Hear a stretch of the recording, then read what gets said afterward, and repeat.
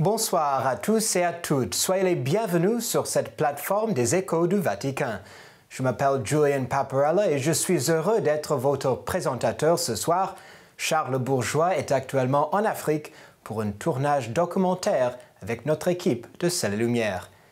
Dimanche dernier, avec l'Église tout entière, nous avons célébré la fête du baptême du Seigneur, qui marque la fin du temps liturgique de Noël.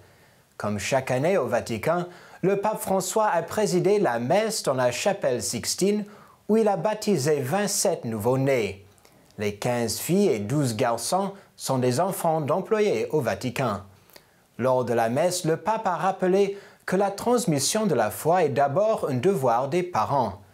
Avant d'être étudiée, il a expliqué « La foi doit être transmise. C'est un travail qui vous revient. C'est un devoir que vous recevez aujourd'hui. Transmettre la foi. Et cela se fait à la maison. Parce que la foi est transmise en dialecte. Le dialecte de la famille, le dialecte de la maison, dans le climat de la maison. C'est votre tâche. Transmettre la foi par l'exemple, par les paroles. L'important est de transmettre la foi par votre vie de foi. Qu'ils voient l'amour des époux, qu'ils voient la paix à la maison, qu'ils voient que Jésus est là. Je me permets un conseil. Excusez-moi, mais je vous conseille cela. Ne vous disputez jamais devant vos enfants, jamais. Il est normal que les époux se disputent, c'est normal. Le contraire serait étrange. Faites-le, mais qu'ils ne l'entendent pas, qu'ils ne le voient pas. Vous ne connaissez pas l'angoisse d'un enfant quand il voit ses parents se disputer. Cela, je me le permets, est un conseil qui vous aidera à transmettre la foi. Gardez cela à l'esprit, le pape a insisté. Votre devoir est de leur transmettre la foi, de la transmettre à la maison, parce que c'est là où on apprend la foi. Et puis on étudie dans le catéchisme, mais chez soi, on la reçoit d'abord. Avant de conclure son homélie, le pape a voulu dire une dernière chose.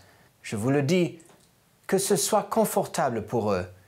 Et s'ils pleurent de faim, allaitez-les. Je le dis aux mamans, allaitez vos enfants tranquillement. C'est ce que veut le Seigneur. Parce que où est le danger? C'est qu'ils ont eux aussi une vocation polyphonique.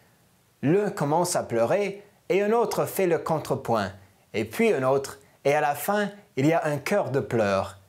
Avançons ainsi dans cette cérémonie, en paix, avec la conscience que la transmission de la foi nous revient. À la suite de la messe, le pape François s'est présenté à la fenêtre du palais apostolique, comme chaque dimanche, où il s'est adressé aux fidèles pour la prière de l'Angélus. Dans son allocution, le pape a exhorté les fidèles de vivre les promesses de leur baptême. La fête du baptême de Jésus, a dit le Saint-Père, est une occasion propice pour renouveler avec gratitude des convictions, la promesse de notre propre baptême, en s'efforçant de vivre son quotidien avec cohérence. Il est très important, le pape a insisté, de connaître la date de son baptême et de le fêter au fond de son cœur chaque année. Le pape est revenu sur deux éléments importants de l'Évangile, le rapport de Jésus avec le peuple et le rapport de Jésus avec le Père. Lors du baptême du Christ par Jean le Baptiste, dans les eaux du Jourdain, nous voyons surtout le rôle du peuple, le pape a dit, qui est une composante essentielle de l'événement. Avant de s'immerger dans l'eau, Jésus s'immerge dans la foule, la rejoint pleinement en assumant la condition humaine, en partageant tout, excepté le péché. Dans sa sainte divinité, pleine de grâce et de miséricorde, le Fils de Dieu s'est fait homme justement pour prendre sur lui et ôter le péché du monde, a expliqué le Saint-Père. En unissant aux personnes qui demandent le baptême de conversion à Jean-Baptiste, Jésus partage également le désir profond de se renouveler intérieurement. Les paroles du Père s'adressent à chacun de nous, renaissant avec Jésus dans le baptême. « Tu es mon Fils bien-aimé, en toi j'ai mis toute mon affection. » Cet amour du Père que nous avons reçu le jour de notre baptême est une flamme qui a été allumée dans nos cœurs et qui demande d'être alimentée à travers la prière et la charité.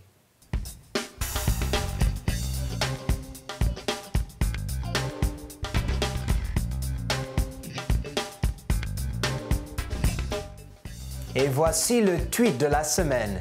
Le pape François nous dit que la petitesse est la liberté. Celui qui est petit, au sens évangélique, est léger et libre de toute envie de paraître et toute ambition de succès. Le baptême de Jésus et le nôtre nous rappellent que sous le regard de Dieu, nous sommes tous petits, puisque nous sommes tous ses enfants, ses filles et ses fils bien-aimés. Cherchons donc cet enfant spirituel dont parlait saint Thérèse de Lisieux, l'un des saints préférés du pape François, ainsi que tant d'autres saints et saintes. Rappelons-nous que nous sommes tous et chacun des enfants bien-aimés du Père. Et maintenant, nous vous présentons, grâce à nos amis à Catéo, un reportage spécial sur l'une des représentations les plus connues du baptême du Christ, qui se trouve en Italie, à Ravenne. Le baptême du Christ, VIe siècle. Ravenne, baptistère des Ariens. Cette mosaïque du VIe siècle, grandiose, est bien plus qu'une simple illustration de la liturgie qui se déroule à l'intérieur du baptistère qui la contient. C'est une déclaration théologique portant à la fois sur le sacrement et sur l'Église. La scène est organisée en deux parties concentriques. Au centre, Jean baptise Jésus devant le fleuve Jourdain, tandis qu'une colombe descend du ciel. Autour, les apôtres en procession portent des couronnes en se dirigeant vers un trône vide surmonté d'une croix. Le Baptiste, vêtu de la tunique en poil de chameau et portant une houlette de berger, se tient sur un rocher et verse de l'eau sur un Christ nu plongé dans le Jourdain jusqu'à la taille.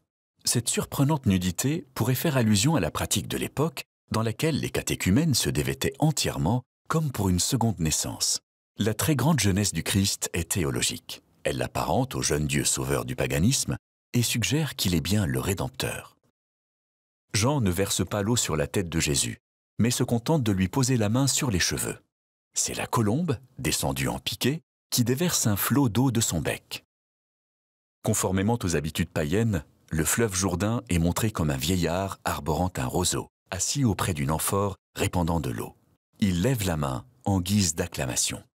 On couronnait d'ordinaire ces dieux fleuves de plantes aquatiques et ici, assez malicieusement, le Jourdain est pourvu de pinces d'écrevisses. Depuis le Nouveau Testament, le baptême est compris comme entrée dans l'Église et union au Christ Sauveur. C'est ce que décrit l'anneau extérieur qui est le commentaire du disque central. La procession des apôtres combine deux scènes familières à l'Antiquité. La première est le rituel de l'aurum coronarium, au cours duquel les sénateurs romains présentaient des couronnes d'or au nouvel empereur pour l'introniser. Le baptême est la promesse de participation au triomphe final du Christ. D'ailleurs, les apôtres ne sont-ils pas figurés au milieu d'un jardin paradisiaque, aux arbres chargés de fruits? La seconde scène est celle de la Traditio Legis, dans laquelle le Christ, assis sur le trône, donne à Pierre les clés qui permettent de lier et de délier, et à Paul les rouleaux de la nouvelle loi. Les apôtres sont figurés comme d'altiers personnages encerclant la coupole. Ils sont vêtus comme des sénateurs d'une toge à laticlave, la large bande pourpre distinctive de l'ordre sénatorial, et d'un long manteau dont les pans dissimulent leurs mains pour tenir avec le plus de respect possible une couronne. Celle-ci peut s'interpréter comme celle de leur dignité ou de leur martyre, ou bien comme une offrande apportée au trône. Selon une habitude qui naît vers cette époque, Paul remplace Judas pour compléter le nombre des 12. La procession des apôtres se dirige vers un trône incrusté de pierres précieuses à haut dossier, pourvu d'un confortable coussin recouvert de la pourpre et du laticlave doré réservé à l'empereur. Ce motif s'inspire d'antiques représentations païennes pour dire le pouvoir.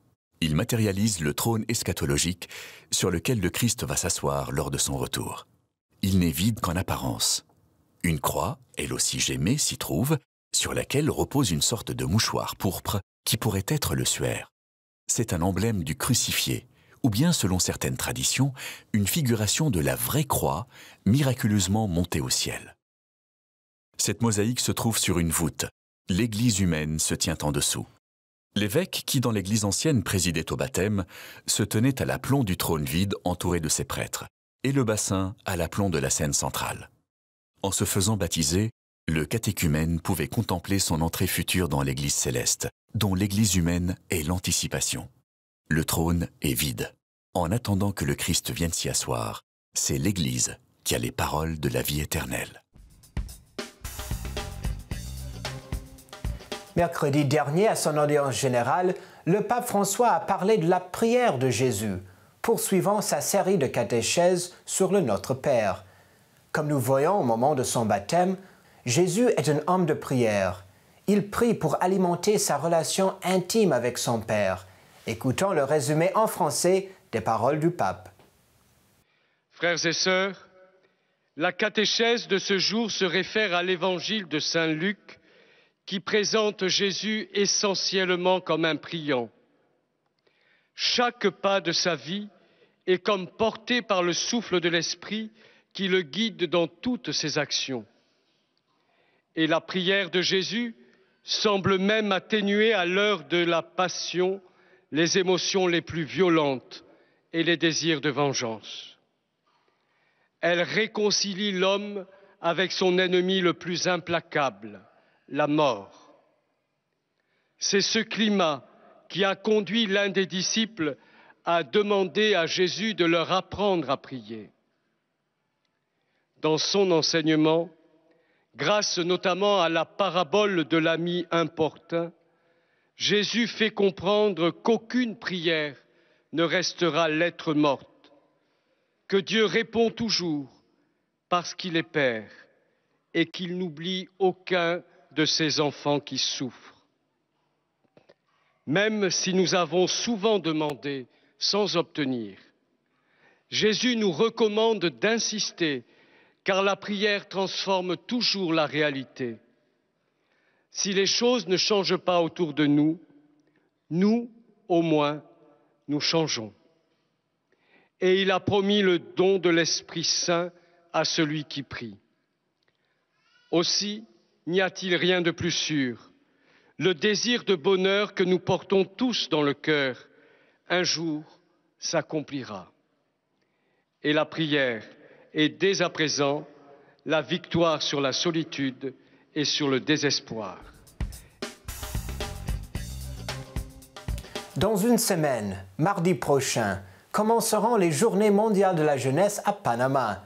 Ces JMJ suivent le synode des évêques sur les jeunes, la foi et le discernement vocationnel, qui s'est tenu à Rome octobre dernier. Au sillage de ces deux événements majeurs pour les jeunes, le dicaster pour les laïcs, la famille et la vie a annoncé qu'un forum international des jeunes se tiendra à Rome du 18 au 22 juin prochain. L'objectif de ce forum sera d'accueillir les impulsions et conclusions du dernier synode. Les représentants des conférences épiscopales, mouvements ecclésiaux du monde entier sont invités à y participer, ainsi que des jeunes auditeurs du synode d'octobre dernier, afin qu'ils puissent témoigner de leur expérience. Le père Alexandre Awimelo, secrétaire du dicaster, a souligné que l'Assemblée synodale sur les jeunes, la foi et le discernement vocationnel a été un véritable moment de kairos. Tout doit être mis en œuvre pour que cet enthousiasme palpable du moment du synode ne se dissipe pas, que ces enseignements ne soient pas relégués dans le passé, mais qu'ils soient actualisés dans chaque diocèse, paroisse, communauté et mouvement de jeunes. Et comme nous avons déjà annoncé, le prochain synode des évêques sera une assemblée spéciale sur le sujet de l'Amazonie qui se tiendra octobre prochain. Une préoccupation du Saint-Siège depuis longtemps, l'Amazonie, la plus grande forêt tropicale du monde, est menacée par les invasions de toutes sortes et la pression des multinationales qui mettent en danger cette région si importante pour l'écologie de notre planète, ainsi que les plus de 3 millions d'indigènes qui la peuplent. Selon Monseigneur Emmanuel Lafont, évêque de Cayenne en Guyane, il faut une conscience planétaire sur l'urgence amazonienne. Notre collègue à Vatican News, Delphine Allaire, avait l'occasion de parler avec Monseigneur Lafont. Voici un extrait de leur entretien. Les enjeux, c'est d'abord un problème humain, parce que vous avez là 3,5 millions de personnes. Donc jusqu'à maintenant, les droits ont été tout à fait méconnus, ou la plupart du temps méconnus, et transgressés par une série d'invasions de toutes sortes depuis plusieurs siècles sur cette zone. Le premier enjeu, c'est d'abord de rendre à ces peuples leur dignité, d'écouter ce qu'ils disent, d'écouter la culture qui est la leur, de nous rendre compte de la façon dont ils sont les protecteurs de la forêt, comme dit le pape François, y compris en Guyane, où vous avez 7 ethnies différentes d'Amérindiennes qui aujourd'hui encore ne se sentent pas reconnues, se sentent oubliées de la République. Ça, c'est le premier enjeu. Le deuxième, c'est que nous avons une zone assez extraordinaire à tout point de vue du sol, de la forêt, de la faune, de la flore, mais également du sous-sol, et que cette zone est la proie d'entreprises multinationales ou autres qui n'ont pour seul intérêt que le gain, qui sont prêts à tout saboter pour gagner à court terme. C'est quelque chose qui fera que les générations suivantes n'auront plus accès à la terre telle que le Seigneur nous l'a donnée. Voilà donc deux défis qui sont énormes et qui ne sont pas d'ailleurs seulement ceux de l'Amazonie, mais de beaucoup d'autres lieux de la terre. Je pense que le synode qui va venir, en regardant de façon spécifique l'Amazonie, rendra service à bien d'autres régions de notre globe. Pour changer le cours des choses, il faut vraiment une prise de conscience planétaire. La très belle encyclique du pape François, Laudato Si, a été à la fois encensée et pratiquement enterrée. Chaque coin du globe se disant cette encyclique c'est très bien, mais c'est pas pour ici et c'est pas pour maintenant. Qu'est-ce que vous attendez de tous ces autres évêques du monde entier durant ce synode en octobre 2019 ? Qu'ils nous écoutent. Qu'ils écoutent ce que disent les peuples d'Amazonie, mais aussi les Afro-Américains transportés là, qui à bien des égards aussi ont enraciné dans ce sol. Qu'ils nous écoutent, qu'ils prennent le temps de découvrir qu'il y a là une sagesse, qu'il y a là une cosmologie, qu'il y a là une philosophie qui est un service pour l'ensemble de l'humanité. Il est plus qu'important de se décentrer de notre façon européenne de regarder les choses et même de faire de la théologie. Il faut écouter ce que les autres peuples et les autres cultures ont à nous dire. Et bien, c'est une occasion en or qui nous est donnée par ce synode. Comment vous allez le préparer tout au long de l'année, ce grand rendez-vous ? Nous avons déjà commencé. Je suis déjà passé dans un certain nombre de villages amérindiens. J'ai rencontré plusieurs communautés catholiques amérindiennes. J'ai rencontré aussi le président du Grand Conseil des peuples autochtones, des chefs coutumiers. Et nous préparons une assemblée pré-synodale qui aura lieu dans un des villages amérindiens de Guyane d'ici quelques mois. Nous avons déjà eu à Cayenne un rassemblement de tous les prêtres qui ont des communautés amérindiennes sur leur paroisse. Il y a des villages amérindiens où j'ai été le premier moi-même à me rendre. C'est vous dire à quel point la mission ne fait que commencer dans ce domaine-là. Nous avons beaucoup de retard. Nous avons été dépassés d'ailleurs par les évangélistes dans plusieurs de ces zones. La difficulté, c'est que c'est la petitesse qui fait qu'il est très difficile pour moi-même de demander à un prêtre d'apprendre une langue alors qu'il y a 600 personnes qui le parlent sur notre territoire. Vous voyez, donc avant de convaincre quelqu'un que l'incarnation de l'évangile, ça passe d'abord par la langue, c'est très compliqué étant donné les petits nombres et la multitude des langues. Si vous aviez un vœu à formuler pour l'Amazonie en 2019, en cette année synodale pour l'Amazonie, quel serait-il ? Que les catholiques s'intéressent, se sentent proches, se fassent proches de ces peuples et qu'enfin les gouvernants fassent en sorte que les priorités de ces gens soient les priorités du gouvernement et de la politique d'ensemble et que cela transforme notre manière de vivre l'économie de ce monde qui aujourd'hui malheureusement s'occupe beaucoup moins des hommes que de l'argent. Et ça, c'est une tragédie. Le mois prochain au Vatican se tiendra du 21 au 24 février un sommet international pour la protection des mineurs. L'un des pays le plus affectés par la crise des abus sexuels est le Chili. Il y a un an, janvier dernier, le pape François s'est rendu dans le pays et au cours de l'année dernière, il a convoqué tous les évêques chiléens au Vatican pour parler du scandale des abus commis par les membres du clergé chilien et pour trouver un chemin de guérison. Cette semaine, le pape François a reçu en audience les 5 membres du comité permanent de la conférence épiscopale chilienne. Pendant 1 heure, les évêques ont fait part des progrès accomplis ces derniers mois ainsi que des défis à venir pour leur Église, notamment concernant la question des abus. Monseigneur Luis Fernando Ramos Pérez, secrétaire général de la conférence épiscopale du Chili, a annoncé aujourd'hui que les évêques de Chili souhaitent tenir en 2020 une assemblée ecclésiale qui donnera les lignes directrices des nouvelles orientations pastorales de l'Église chilienne. Il a souligné également l'importance du sommet du mois prochain en exprimant la conviction que ce rassemblement aidera les églises locales à savoir agir avec clarté et intelligence lorsque des délits très graves sont commis.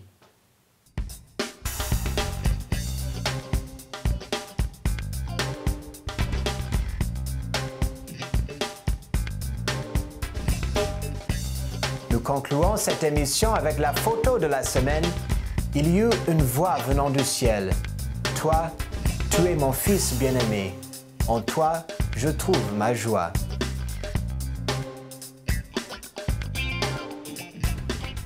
Je vous dis à la prochaine pour de nouveaux échos du Vatican.